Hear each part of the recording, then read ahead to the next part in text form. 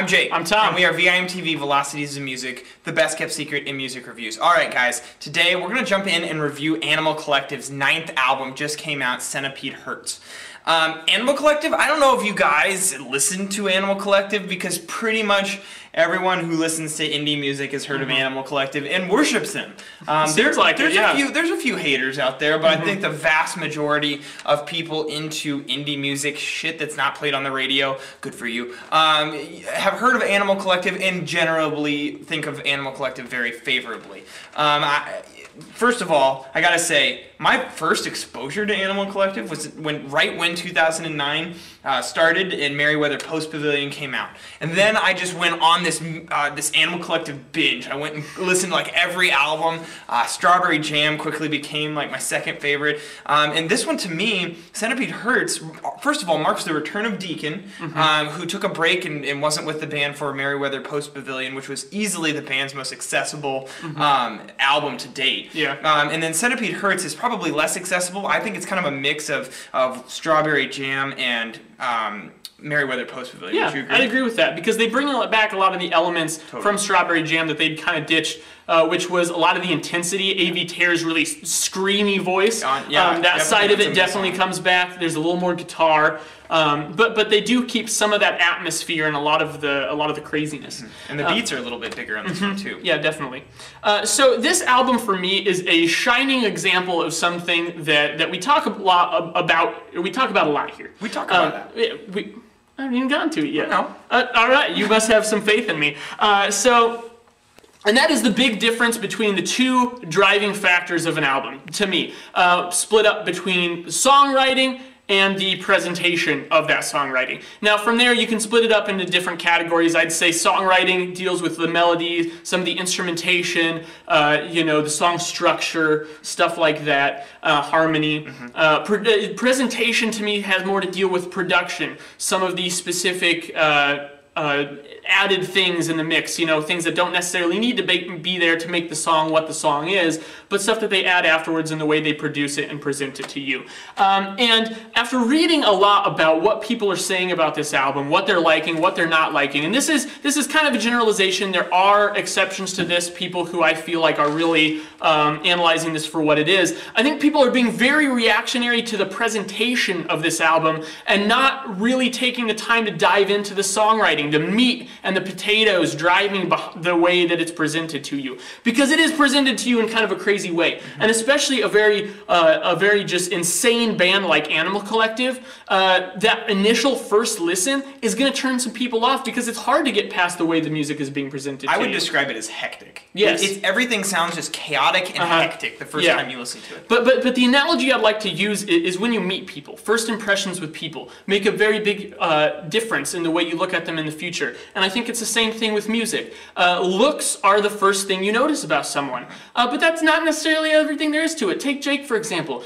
He's really goddamn ugly. But once you get to know him, he actually has some really good ideas. He's a smart guy. I like him. He's a good friend. So I almost view this Animal Collective album as it could be the same. No offense. Yeah. It could be the same to some people. You start listening to it, maybe it sounds kind of ugly to you. But once you get used to it, once you start noticing the melodies and harmonies, because let me tell you, Animal Collective is brilliant with vocal melodies. They are just so good at writing them and making them just so sugary and good, but then kind of dirtying it up with the mix. And for some reason, that's where the Beach Boys influence comes out. Exactly.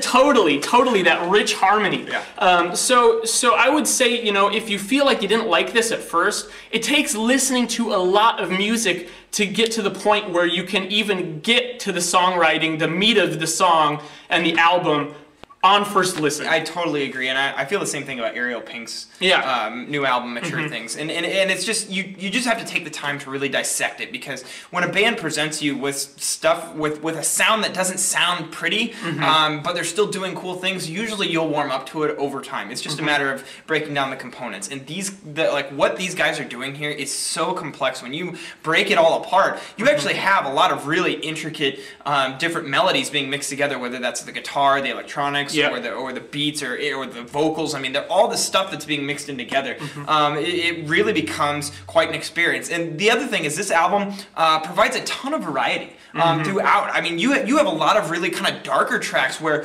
especially Avi Terry is just screaming at you, yelling. You know, Today's Supernatural. I mean, that song gets stuck in my head, and it won't leave, and it's just so aggressive that it's hard for me not to just love it. But there's also a lot of more atmospheric tracks too, and that's something that I think that the band retained from Merriweather Post Pavilion. That album had a lot of variety in the different moods and atmospheres presented on every track. That was carried forward, definitely present on Centipede Hz. It's something that makes this a nice album listen. Now, I will say, Tom, tell me if you agree, I felt like there were certain tracks here that just Animal Collective knocked it out of the park, and there are some here that I'm just not too keen on yet.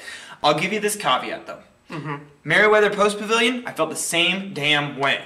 Yeah. And over time, I fell in love with every single track on that album. You know, we reviewed that. That was like the third review we ever did. You guys go to www.velocitiesandmusic.com and like find this review, and then or find the Animal Collective page and scroll down. You'll see our very, very awkward one of our first reviews. I think we still had like a light in the shot. I think that's the one that we actually forgot to turn the camera off. It just plays for like several minutes after we leave the room. We're amateur hour. Rookies, yeah. It was amateur hour, I tell you. Exactly.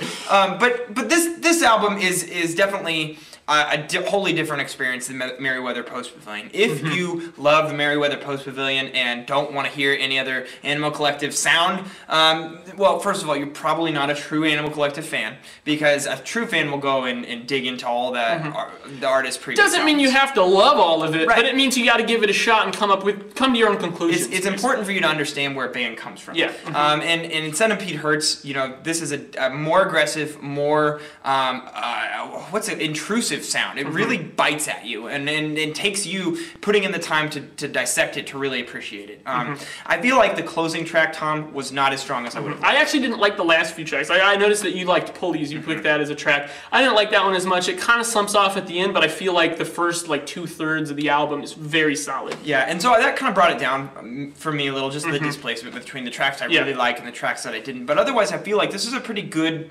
quality album. From Animal Collective, this is, you know, I wouldn't say that this is like top of the, you know, like Strawberry Jam level or Merriweather Post Pavilion quality level.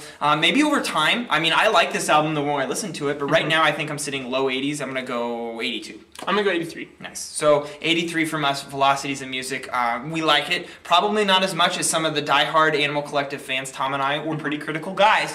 So we would love to hear your refutes about our score, or maybe additional criticisms, at www.velocitiesandmusic.com or youtube.com/velocitiesandmusic. Also, leave us your comments or get to know us better on Facebook and Twitter, because we're on there all the time talking with you guys, our fans, and you guys are all about what we do, and you're a big part of this. So thanks for watching. And as always, do not think that our review really matters that much to you, because I mean, this is for entertainment. It's not for you to like refute what you guys think. Love the albums that you want to love and just roll with it. You don't need us to validate that for you. Remember, music reviewers know nothing. You guys and what you like is all that matters. I'm Jake. I'm Tom. And we are VIMTV, moving music critique forward.